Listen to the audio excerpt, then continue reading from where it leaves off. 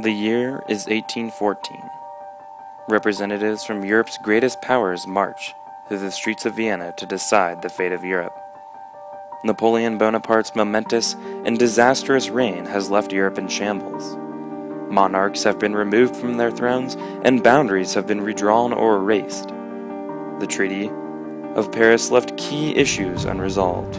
According to the treaty, all powers engaged on either side of the present war shall, within the space of 2 months, send plenipotentiaries to Vienna for the purpose of regulating, in General Congress, the arrangements which are to complete the provisions of the present treaty.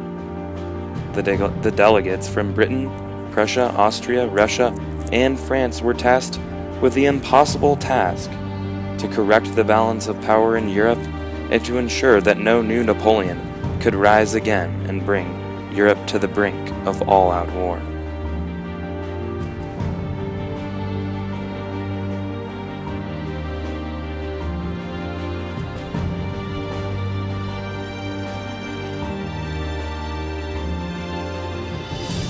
The work at the Congress of Vienna was guided by the Austrian foreign minister, Prince Clemens von Metternich. He held a pessimistic view of human nature and believed that the best form of government was an autocracy with which the people were familiar. In his opinion, the people needed a strong, legitimate ruler who held their confidence. The result of the Congress of Vienna reflected Metternich's conservative views. Monarchs were restored, and the status quo was, for the most part, upheld. Metternich's conservatism held Europe together for the next several decades, but other competing ideologies would soon spell its downfall. The Industrial Revolution, which had taken hold of Europe during the 19th century, changed social structure and led to an increasing gap between capital and labor. The disgruntled workers, hoping for a fair share of the wealth, began turning to socialism. Louis Blanc, an early proponent of socialism, described it as a system where each produced according to his aptitudes and force, and each consumed according to his need. Educated members of the middle class demanded reforms of their own. They wanted an electoral reform and a laissez-faire economic system based off the ideas of Adam Smith, an influential early economist. Smith and other 19th century liberals believed that the market should be free and that self-interest was the driving force of the economy. According to Smith, by pursuing his own interests, he frequently promotes that of society more effectually than when he really intends to promote it.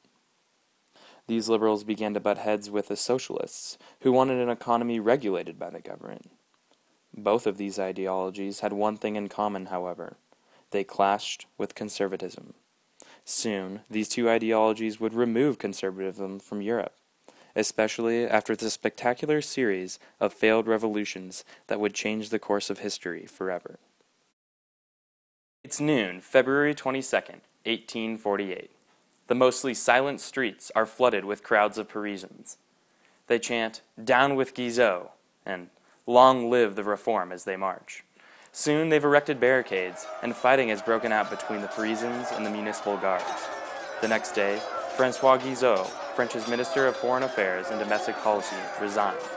Soon after, the king himself, Louis Philippe, fled the country for Britain. A republic was declared, and the government was reformed. This February Revolution in France in 1848 started a year filled with revolutions and rebellion. Although the revolutions would be over within the next several years and were considered failures, they had a large, lasting impact on Europe. Later that year, uprisings occurred in the German states, the Austrian Empire, and in Italy. These revolutions were fueled by the failure in agriculture and policy. Governments had promised reforms but had not yet delivered. A widespread crop failure in 1846 led to famine and growing discontent.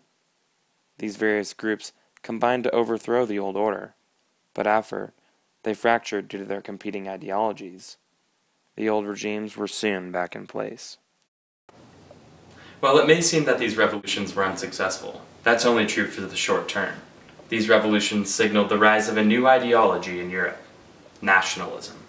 Nationalism had its roots in the beginning of the 19th century, and even earlier, but it truly began to crystallize around the middle of the century. Europeans began to identify themselves as a group with their peers, calling for the right to be governed by their own people. Gottfried von Herder, a German philosopher, was an early advocate of nationalism, arguing that, because every nation bears in itself the standard of its perfection, totally independent of all comparison with that of others, logically, each nation should rule over itself. Nationalism became a growing force in European politics, ready to build nations as well as tear them apart. Count Cavour was a shrewd politician and used this fact to his advantage. As the Prime Minister of Piedmont Sardinia, a kingdom in what was based the Italian peninsula, he wanted to expand his country's borders. His vision was unified Italy. Utilizing nationalism and diplomacy, Cavour brought the northern states of Lombardy and Venetia into his kingdom. His beneficial alliance with France allowed easy removal of the Austrians from the north. Taking advantage of Giuseppe Garibaldi, a general who brought his army of red shirts through southern Italy, Cavour added the rest of the peninsula to his kingdom. By 1870, the Kingdom of Italy had been reformed. Cavour and nationalism had turned Italy from a conglomerate of fragmented states into a unified whole. Otto von Bismarck, a Prussian statesman, followed in Cavour's footsteps, working to unify the German states into a cohesive empire. Bismarck was as shrewd as Cavour, but more inclined to use war for his own needs. Prussia first removed its competition, Austria, from the equation by provoking war after neutralizing any other country that could have come to Austria's rescue. Then, Bismarck brilliantly used nationalism to bring the southern states into his arms, starting a war with France under misleading pretenses. Soon Germany, like Italy, was a unified country. The events of the 19th century had a great impact on the future of Europe. Many events in the 20th and even 21st centuries can be traced back to the events that transpired during the 1800s. Though great strides had been made by the end of the century, storm clouds were gathering on the horizon. In the near-prophetic words of Bismarck himself, "If there is another war in Europe, it will come out of some damned silly thing in the Balkans." The future would soon prove him right.